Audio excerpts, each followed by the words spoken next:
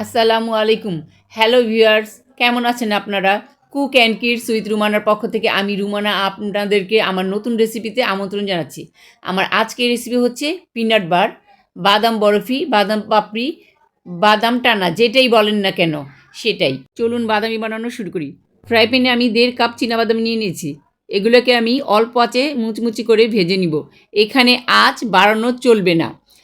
বাড়লে হবে কি, উপর দিয়ে বাদামে কালার চলে আসবে কিন্তু ভিতরে কাঁচা থাকবে, সেজন্য অল্প আঁচেই এইগুলোকে ভেজে নিতে হবে।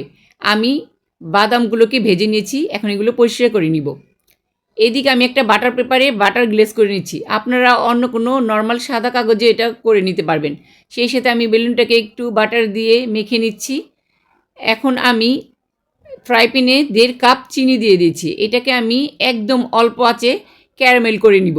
এক্ষেত্রে আমি কিন্তু কোনো পানি মিক্সড করিনি, শুধুমাত্র চিনি দিয়েছি।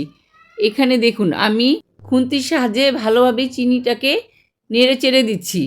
এক্ষেত্রে তাড়াহুড়া করলে চলবে না এবং চুলার আঁচ একদমই বাড়ানো যাবে না। আগে ভাবতাম যে এই বাদামি বানানো বুঝি খুব কঠিন কাজ, কিন্তু না, যখন আমি এটা বানালাম এটা একটা খুবই ইজি রেসিপি। এদিকে দেখুন আমার ক্যারামেলটা কিন্তু হয়ে গেছে। এই বাদামি বরফিটা কিন্তু ছোট বড় সকলের কাছে অত্যন্ত প্রিয় একটি খাবার। আমরা কিন্তু সব বয়সী লোকজনেরা কিন্তু এটা খেয়ে থাকি। এখন দেখুন আমার ক্যারামেল তৈরি হয়ে গেছে। আমি বাদামগুলোকে দিয়ে দিচ্ছি। বাদামগুলো দিয়ে ভালোভাবে নেড়েচেড়ে দিতে হবে যাতে ক্যারামেলটা বাদামের গায়ে ভালোভাবে লেগে যায়। এক্ষেত্রে যদি ভালোভাবে নাড়াচাড়া না করেন তাহলে কিন্তু বাদামের গায়ে কিন্তু ক্যারামেল ভালোভাবে লাগবে না, খেতেও কিন্তু তেমন মজা লাগবে না। সেজন্য ভালোভাবে নেড়েচেড়ে দেওয়াটা কিন্তু জরুরি। দেখুন আমি কথা বলতে বলতে আমার কিন্তু এটা তৈরি হয়ে গেছে। এখন আমি ভালোভাবে এটা ওই বাটার পেপারের মধ্যে ঢেলে দিব। দিয়ে দিচ্ছি বাটার পেপারের মধ্যে ঢেলে। এক্ষেত্রে কাজটা কিন্তু গরম গরম করতে হবে, দেরি করলে কিন্তু হবে না, তাহলে কিন্তু শক্ত হয়ে যাবে, তখন পরবর্তী কাজগুলো করাটা কঠিন হয়ে যাবে। আমি খুন্তির সাহায্যে এটা ছড়িয়ে দিচ্ছি বাটার পেপারের উপর। এখন আমি বেলুনের সাহায্যে এটাকে ভালোভাবে প্রেস করে দিচ্ছি যাতে একদিকে দলা পেকে না থাকে, সব দিকে সমান হয়, তাহলে বরফিটা দেখতে সুন্দর লাগবে এবং আমার পরবর্তীতে পিস করতে সুবিধা হবে। আমি একটা ছুরির মধ্যে বাটার মেখে নিচ্ছি।